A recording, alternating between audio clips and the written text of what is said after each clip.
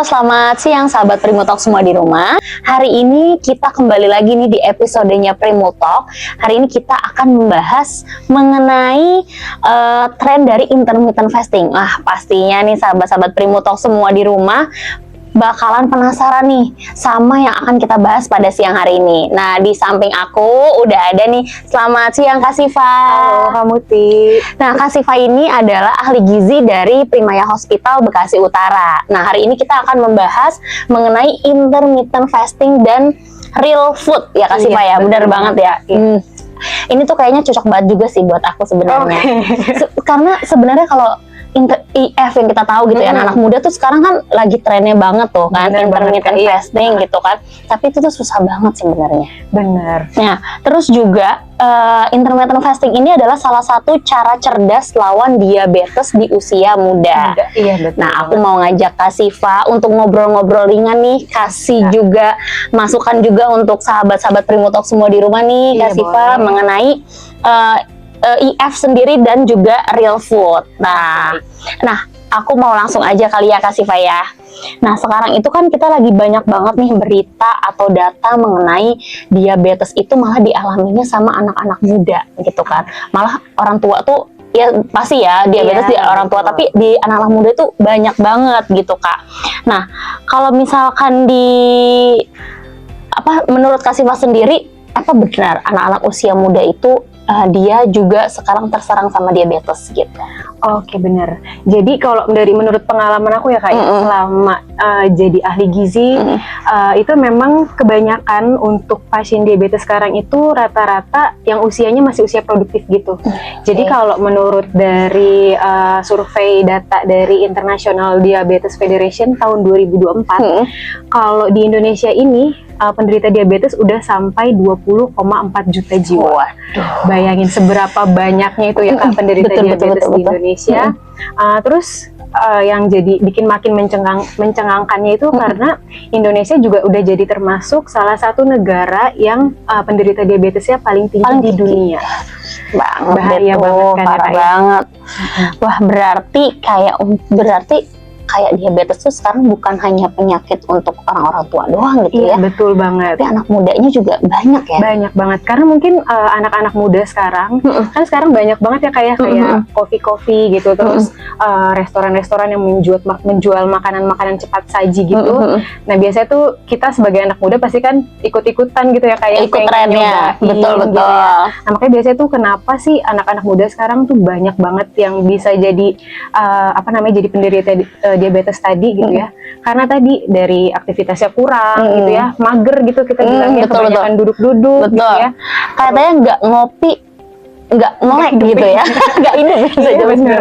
Jadi kalau nggak makan nasi nggak apa-apa, tapi harus ngopi gitu ya, kayak itu ngopi, makan makanan manis, minuman manis, terus pola tidurnya kurang gitu ya, pola stresnya juga berantakan, akhirnya itu bisa jadi pencetus diabetes tadi. Nah, kalau untuk intermittent fastingnya sendiri nih, dan konsumsi makanan real food ya, itu memang benar bisa menurunkan resiko diabetesnya sendiri sih Kak.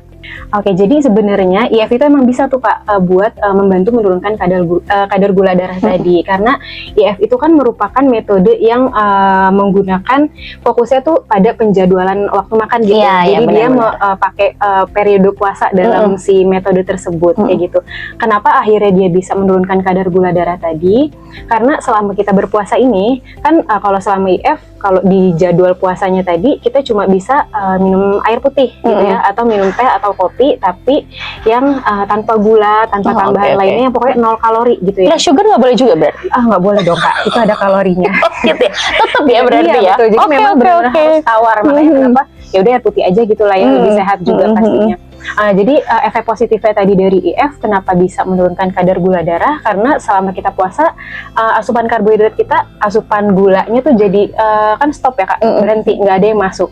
Akhirnya itu bikin pankreas kita, organ pankreas itu yang memproduksi hormon insulin tadi, itu dia berhenti bekerja. Akhirnya kadar gula darahnya bisa menurun, dan efek berlanjutnya juga bisa membuat insulinnya jadi lebih sensitif. Jadi setiap kali ada makanan yang masuk, dia itu bisa nggak langsung melonjak tinggi gitu, tapi menyesuaikan dengan makanan yang masuk. Oke, gitu, berarti Kak. memang sangat membantu ya. Nah, Iya, kalau betul. misalkan kayak fase IF-nya sendiri, kan ada orang yang bilang 12 jam, Iya, 14 betul. jam, 16 jam. Nah, itu yang direkomendasikan itu berapa jam sih, Kak? Oke, baik. Jadi sebenarnya untuk fasenya kan banyak banget ya, kayak banyak dan banget, itu setiap betul. orang biasanya beda-beda. Jadi kita nggak bisa nentuin si A pakai yang ini, si B pakai yang ini gitu ya. Tapi disesuaikan sama kemampuan tubuhnya masing-masing. Dan dengan catatan ya, Kak, kalau misalnya emang teman-teman ada yang mau melakukan IF, itu mungkin bisa jangan ngadi-ngadi aja gitu ya. Tapi harus disesuaikan dengan arahan dari profesional medis. Kayak gitu. Nah, berarti untuk makan terakhirnya nih, kalau kita mau mulai IF tuh di jam berapa tuh yang direkomendasikannya? Oke, baik. Tadi itu sebenarnya menentukan lagi, Kak, disesuaikan lagi sama pola yang mau diikutin sama si orang tersebut. Jadi mungkin kalau misalnya kamu tuh mau ikut yang 12 Iya, gitu 12 dulu lah jam mulainya puasa, misalkan. terus 12 jam lagi itu bisa bebas makan gitu ya. Betul. Berarti paling direkomendasikannya itu di bawah jam 6 mungkin udah stop makan. Jam 6 sore Iya, ya. jam 6 sore kayak gitu. Oh, siap. Nanti kita bakalan coba kayaknya ya. Iya, boleh. Primutol semua di rumah kayaknya ya, emang kita nih kan sekarang anak-anak muda gitu ya, dengan kondisi cuaca juga kayak gini gitu kan, polusi segala macam, itu juga membantu nggak sih sebenarnya? Oke, baik. Jadi karena tadi CF tadi itu kan tadi bisa membantu menurunkan kadar gula darah, terus cuaca yang lagi gak nentu kayak gini betul. juga ya, Kak, itu juga bisa membantu banget. Dengan catatan selama IF itu kita nggak boleh terlalu ekstrim untuk dietnya tadi gitu. Jadi memang tadi karena ada atas arahan profesional tadi, terus untuk konsumsi makanannya juga nggak sembarangan. Misalnya pas lagi jadwal makan tadi kita bukanya pakai makan makanan yang cepat saji kayak cuma roti atau minum-minum kopi, boba kayak gitu ya. Percuma banget kan, Kak, jadinya sama aja ya. puasa lama-lama 12 jam akhirnya pas buka malah konsumsi makanan yang tinggi gula gitu. Jadi catatannya ya. betul. Jadi catatannya memang kalau tadi mau ikuti IF boleh, tapi disesuaikan lagi makannya, tetap harus konsumsi makanan yang bergizi seimbang, terus aktivitasnya disesuaikan juga sama tadi jumlah dan jenisnya, lebih enggak terlalu yang tinggi lemak, tinggi gula, tadi kayak gitu sih, Kak. Oke, nah menurut Kak Sifani sebagai ahli gizi, apa sih yang disebut dengan real food sendiri gitu kan? Oke, baik. Sekarang lagi rame banget ya, Kak. Benar. Real food di mana-mana, mulai ngomongin real food, apalagi sekarang udah mulai banyak juga ya yang jual kayak makanan-makanan tradisional gitu di pinggir-pinggir jalan. Jadi real food sendiri kalau menurut gizi itu, Kak, sebenarnya makanan alami aja, makanan yang berasal dari alam, yang minim proses gitu. Terus pastinya dia kaya nutrisi dan juga dia tuh tanpa PP gitu ya, tanpa tambahan pengawet, terus penyedap, pemanis, perasa buatan dan lainnya. Jadi pastinya lebih sehat, mudah dicari juga gitu ya. Nah, berarti kalau dikaitkan sama pencegahan diabetes sendiri ya, real food itu sangat berpengaruh ya berarti? Iya, betul, sangat berpengaruh banget. Food itu sebenarnya salah satu strategi juga untuk mengontrol dari diabetes dan mencegah juga dari penyakit diabetes tadi.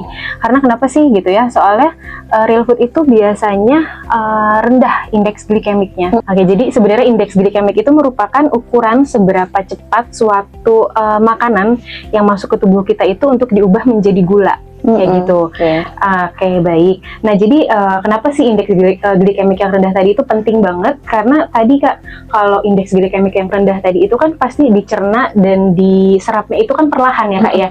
Akhirnya tadi untuk kadar gula darah meningkat itu akhirnya jadi perlahan tuh.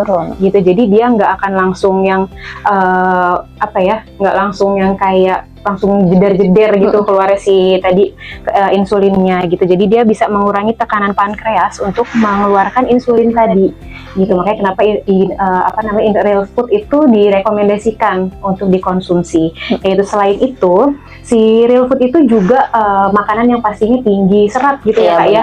Bantu menyerap cepat si lemak dalam tubuh. Terus dia pastinya lebih mengenyangkan karena tadi tinggi protein juga. gitu. Jadi sangat menguntungkan ya Kak untuk konsumsi real food sebenarnya. Oke, tuh sangat menguntungkan banget kan sahabat Primutalk semua di rumah. Jadi sebenarnya IF kalau dipadukan dengan real food itu bisa jadi duo combo sehat gitu ya. Betul banget. Duo combo sehat gitu ya, Kak, ya. mantep gitu ya pokoknya. Asalkan kita tuh konsisten Iya, sebenarnya betul, gitu. konsisten. Karena kan nggak ada yang instan ya. Betul Terus banget. juga apalagi ini kan kita sebagai anak muda untuk mencegah kita kena diabetes Iya, ya kan, betul. kena diabetes di usia muda gitu kan. Jadi kadang-kadang anak-anak muda gitu kan, Gen Z zaman sekarang baru seminggu udah nih nggak ada perubahannya, kadang suka gitu kan, nggak ada perubahannya nih gitu, udah capek-capek puasa, udah capek-capek ini gitu. Padahal sebenarnya mereka juga kadang-kadang masih mengkonsumsi makanan-makanan yang Iya, betul. tanpa disadari sih Iya, sebenarnya. benar-benar Kak, benar. Cheating day-nya lebih banyak kadang-kadang. Sabtu Gitu Minggu sih. gitu ya, kalau di rumah apalagi pergi-pergi keluar jadi pengennya makannya yang sembarangan. Iya, sekali nggak apa-apa Lupa kali. gitu ya, Kemarin kan sekali, udah sekali. gitu ya. Kemarin kan udah Akhirnya puasa keterusan, nih, akhirnya kayak jadinya gitu. keterusan Iya, betul. gitu. Yang susah sebenarnya sih dari konsisten ya Kak ya. Kalau nggak udah konsistennya udah melenceng sekali, pasti itu biasanya bakalan ketagihan tuh buat melakukan hal itu lagi. Betul banget. Jadi ini sebagai tips lah untuk sahabat Primutalk semua di rumah Iya, nih. betul. Semoga buat aku juga sih, karena aku sebenarnya juga menjalankan IF sih, tapi suka baik. bolong-bolong. Gitu. Yang penting berusaha ya Kak Yang ya. penting ada usahanya, mencoba ya kan. Iya, betul. Nah sebelum kita tutup nih, mungkin banyak pendengar dari sahabat Primutalk semua di rumah yang ngerasa aku masih muda, ngapain sih mikir diabetes dari sekarang? Oke, Iya kan? Iya betul. Benar. Pikirannya mungkin banyak yang kayak gitu ya Kak ya. Padahal kalau kita tahu ya, sebenarnya diabetes itu merupakan salah satu penyakit komorbid yang dia tuh berkembangnya diem-diem gitu Kak. Jadi salah satu silent killer yang memang menjadi penyebab kematian juga yang signifikan.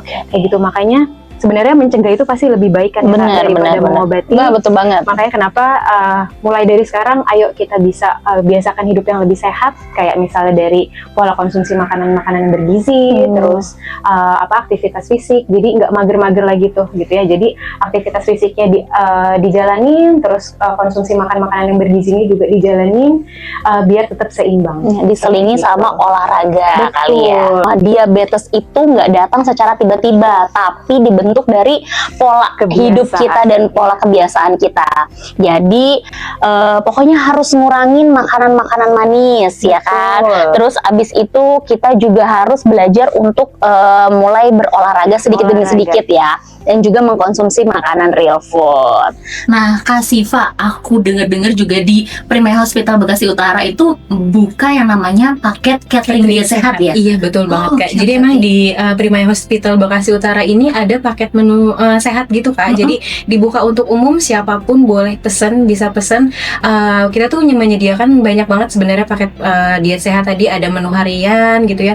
Ada juga untuk pasien-pasien yang pasca operasi, terus pasien dengan penderita diabetes, itu. hipertensi, jantung dan yang lainnya. Itu bisa kita sesuaikan kebutuhannya dan pastinya di bawah arahan dari ahli gizi. Oke, nah nanti untuk sahabat Primutalk semua yang pengen tahu informasinya nih mengenai cateringnya, boleh nanti aku tambahin di description box di bawahnya. Kak Siva, terima kasih banyak nih untuk waktunya, udah datang dan berbagi ilmu juga untuk sahabat-sahabat Primutalk semua di rumah. Dan untuk sahabat Primutalk semua di rumah, jangan lupa untuk like, komen, dan subscribe dari channel Primutalk. Nah, sahabat Primutalk semua jangan lupa untuk follow juga Instagram dan juga TikTok dari Primutalk. Dan pesan untuk hari ini adalah jangan pikir kalian masih muda dan aku nggak akan kena diabetes. Gak boleh kayak gitu, betul kan? Betul banget. Oke, sampai ketemu lagi sahabat Primutalk semua, dan assalamualaikum warahmatullahi wabarakatuh. Dadah.